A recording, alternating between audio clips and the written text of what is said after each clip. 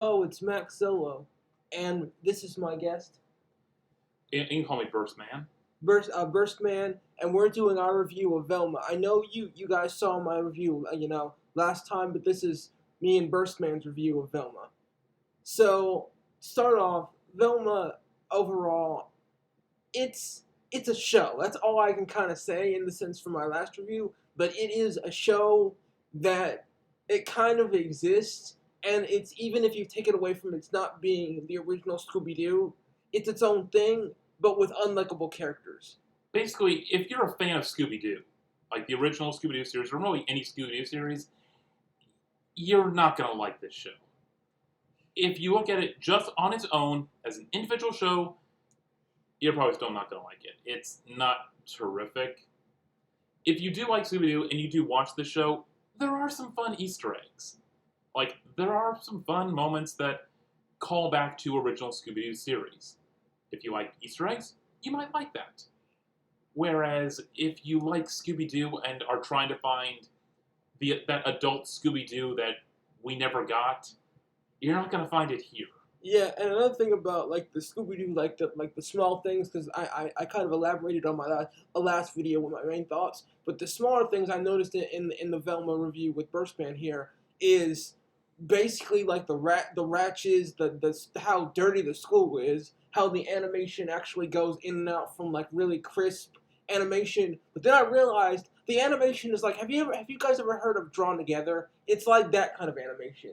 It like has a lot of drawn together humor. Like for example, when Velma's new stepmom, or the waitress, you see she's pregnant and you can automatically see it. But for some reason, they wanted to have the baby actually start moving outside of the actual womb, and you see the face, the hand. You see it on her belly. Yeah, it's like really off-putting and doesn't and draws me out of the story completely when I'm staring at a baby moving outside of its womb. I mean, a baby kicking inside the womb when you feel it on their stomach, that's kind of cute. But seeing the hand move, the face pushed against the stomach, that's disturbing on every level. Exactly. So it's just one of those things that the smallest details of the story really kind of throw me off. Like her hallucinations, I can buy because it's trauma, and that's great for a character. But then the fact of it is, a lot of the times of how she deals with the trauma really kind of bugs me. Like it really goes deep into her psyche, and then like for example when Norville finally confesses to liking Velma, and he finally brings it out there. She doesn't believe him and thinks she's joking. But, Which, to be fair, is accurate to a lot of teenagers. Is that they don't know how to express their feelings right, and even when they are being serious, the person that they're confessing the feelings to won't believe them because they're not sure about their feelings either. yeah, and I get what Burstman's trying to say at the same time, but it's just one of those things that for me, for the payoff of who his character is, you kind of just want Norville to have a win because he is the best friend. But you guys know how putting your feelings out there for a guy, fellow guys know how hard that is. I mean, you gotta give the man a chance. So it's just one of those things that I just kind of wish he got a win for once, because but the thing is, by episode 2 that's clearly not going to happen for him, because I like how he says rom-coms, they're clear bull crap, because when Velma and the Asian Daphne, that's what I'm calling Asian Daphne, finally kiss to do the hallucinations, I'm like, I felt so bad for Norval, and this was only episode 2, so it was like, come on. All right, now let's talk about each of the characters individually. Individually. Okay. So Let's start with Velma, the main character. She reminds me a lot of Rick in the way from Rick and Morty in the way she talks, but where Rick is likable because he's doing it because he has deep internal pain. Velma, while she does have some internal pain, she's not she's like mostly doing it to be mean. yeah, This is really how she feels. yeah, and the worst part about it is whenever you look at any incarnation of Velma, she is smart, she's sweet, she's the nerd, but she's not an asshole. So I don't know what they're trying to do. I mean, if they're gonna make the Mindy, which is the creator, Mindy, who's also another, and I forget what she worked on, but she's the creator and she voiced the voice of Velma. If she's gonna be a self-insert character, which she clearly is a self-insert, then make the character likable. Don't make her make her a likable asshole. But she's not even likable as an asshole. She's an asshole, and that's all she is. Because Exactly. at least with Rick, he's a likable asshole. But with Velma is not. with Mindy Velma, she's basically not a full on asshole. And another problem I had with it, have you, at my audience, my Afro brothers and sisters, have you ever heard of a book called I'm Not Starfire? It's a webcomic based off Teen Titans, where it's Starfire having a gothic, OC self-insert child who's fat. This kind of reminds me of that, because it's like they treat the actual character, the source material, like bullshit, but it's about the self-insert. And that's what I view Velma as, another self-insert that is off the source material, but they treat the actual source material like bullshit or Easter eggs, like Burstman said. Now on to, I guess, Fred. Yes, Fred. His whole shtick is that he's handsome. He never hit puberty, so he's very childish. And like a child, he does have tantrums. But still, I mean, I get that they're trying to go for a complete opposite of his father. His father's supposed to be the hunter, the manliest man out there. Exactly. Whereas Fred, of course, is the complete opposite. He's never had to fend for himself. He's never had to do really anything for himself. So he's supposed to be just the attractive child. But he's so uninteresting because of that. Yeah, he's more comes off as the annoying little git that I just want to punch against the wall, because it's like comes off as creepy and then tries to be cute and people fall for it, which tells me the entire city of Crystal Cove is a bunch of idiots. Considering the fact that it seems to have only 2 police officers in this whole school, or in the whole city rather, and somehow the adults think that. Now let's talk about those 2 lesbian police officers. They are clearly, and not only are they will segue into the talking about Daphne, but they not only are they Daphne's adopted parents, they are, in my opinion, racist against men, because they automatically assume in the next episode that the Candy Man is automatically a man, and it can't be a woman. Exactly. I mean, I kind of get they're going for the whole 2 dumb cops cliche, but wow, these 2 are dumb. I mean, when they say that they're going to go undercover pretending to be teenagers, then all they do is just put on hats, and it's like, there we are, I'm a teenager, even though it's like, you both are parents of a teenager in the school. You don't think the other kids are going to recognize you both? Exactly. And for me, the other part that really bothers me, and I mean really bothers me, is the physics of the universe in Crystal Cove. Like, for instance, when Velma and Daphne were riding on a luggage cart, and then they managed to smash through a solid brick wall.